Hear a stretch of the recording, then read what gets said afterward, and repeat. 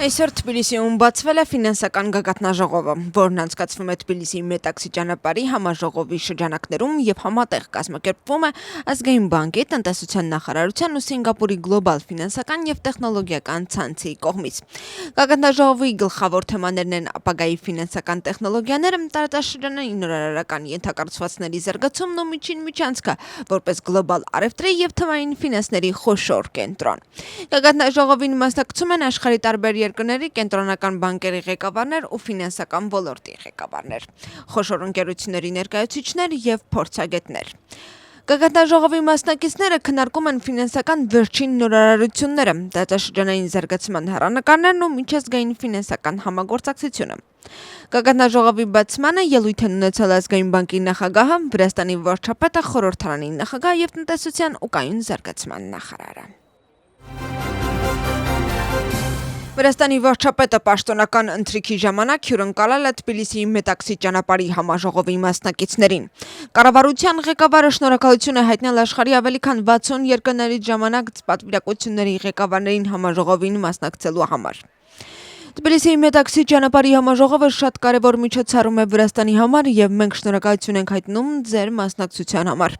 Հյուրընկալությունը վրացական մշակույթի հիմնասյուներից մեկն է։ Մենք մեր հյուրերին Վրաստանում առաջարկում ենք միմիայն լավագույնը ու հույս եմ հայտնում, որ այցելելով Վրաստան դուք համոզվել եք դրանում։ Մաղթում եմ ձեզ ամենայն բարիք եւ լիահույս եմ, որ դուք արդեն մտածում եք Վրաստան ձեր հաջորդ այցի մասին։ Բարի գալուստ Վրաստան ու եւս մեկ անգամ շնորհակալ եմ միջոցառմանը մասնակցելու համար։ Այսպես է Իրակլի Կոբախիձեն դիմել հյուրերին։ Վրաստանի վարչապետի անունից Թբիլիսիի Մետաքսի ճանապարհ համաժողովի մասնակիցների պատվին կազմակերպված պաշտոնական ընթրիքին մասնակցել են Ադրբեջանի վարչապետ Ալի Ասադովը, MR Group-ի եւ Agile Hills-ի հիմնադիր Մոհամեդ Ալաբարը, տարբեր երկրների պատվիրակության ղեկավարներ, Վրաստանի կառավարության եւ խորհրդարանի անդամներ, ինչպես նաեւ գործարար ոլորտի ներկայացուցիչներ։ Շարունակվում է Թբիլիսիի Մետաքսի ճանապարհի 5-րդ հոբելյանական համաժողովը։ Գլխավոր թեման Մետաքսի ճանապարհի ապագան է, որպես արևելքը եւ արևմուտքը կապող կամուրջ, ու այդ համատեքստում Վրաստանի կարևոր դերի ընդգծումը։ Քննարկվում են բոլոր առաջնահերթ տնտեսական ուղղությունները, այդ թվում Վրաստանի տնտեսական ներուժը, միջին միջանցքի զարգացման ընթացիկ նախագծերը եւ ներդրումային հնարավորությունները։ Միջոցառմանը մասնակցում են ավելի քան 70 երկրներից մոտ 2300 պատվիրակներ, այդ թվում վարչապետեր, փոխվարչապետեր, տարածաշրջանից դուրս գտնվող երկրների ոլորտային նախարարներ, առաջատար համաշխարհային ընկերություններ, միջազգային փորձագետներ, Վրաստանում հավատարմագրված դիվանագիտական կորպուսի ու միջազգային կազմակերպությունների ներկայացուցիչներ։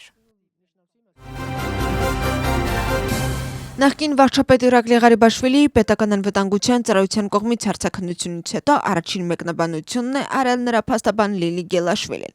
Նրա խոսքով նախկին վարչապետը որպես վկա հարցաքննվել է քննչական գերատեսչության կողմից։ Նա նշել է, որ անձամբ Իրակլի Ղարիբաշվիլին ու նրա իրավապաշտպաններն առաջիկա օրերին կանեն հայտարարություն։ Ինչ վերաբերում է Իրակլի Ղարիբաշվիլիի տնից արգրաված իրերի վերաբերյալ հարցին, փաստաբանի խոսքով նախկին վարչապետի տնից ոսկե իրեր չեն արգրավել։ Իգիտություն, երեք պետական անվտանգության ծառայությունը տարածել էր հայտարարություն Իրակլի Ղարիբաշվիլի հարցաքննության վերաբերյալ։ Ճեպազորույցի ժամանակ նշվել է, որ Իրակլի Ղարիբաշվիլին հարցաքննվել է կոռուպցիայի դեմ պայքարի գերատեսչության կողմից, որը լիովին համագործակցել է քննության հետ եւ խոստովանել է տարիների ընթացքում ապօրինի եկամուտ ստանալու փաստը։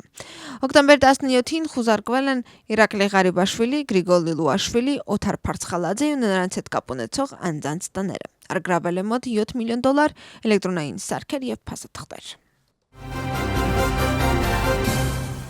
Վրացական քաղաքական կուսակցություններն անդրադարձել են պետական անվտանգության ծառայության կողմից Իրակլի Ղարիբաշվիլիի հարցաքննության վերաբերյալ արված հայտարարությանը։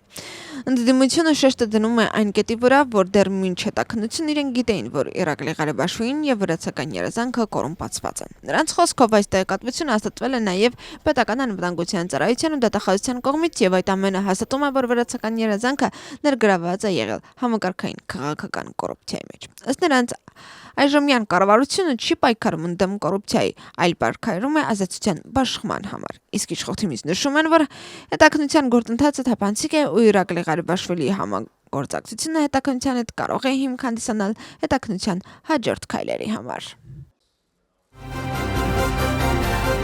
Քաղաքային դատարանը Գրիգոր Լիլուաշվիլի հետ կապ ունեցող Կոբա Խունդաձեի նկատմամբ սահմանել է նախնական կալանք։ Հետաքննության տվյալներով Խունդաձեի տան խուզարկության ժամանակ առգրավվել է տարբեր չափերի կանխիկ գումար պարունակող 94 ծրար, ընդհանուր 1,319,300 ԱՄՆ չափով։ Ձերբակալվածին մեղադրանք է առաջադրվել առանձնապես խոշոր չափի ապրունի եկամուտների օրինականացման համար, ինչը նախատեսում է 9-ից 12 տարի ժամկետով ազատազրկում։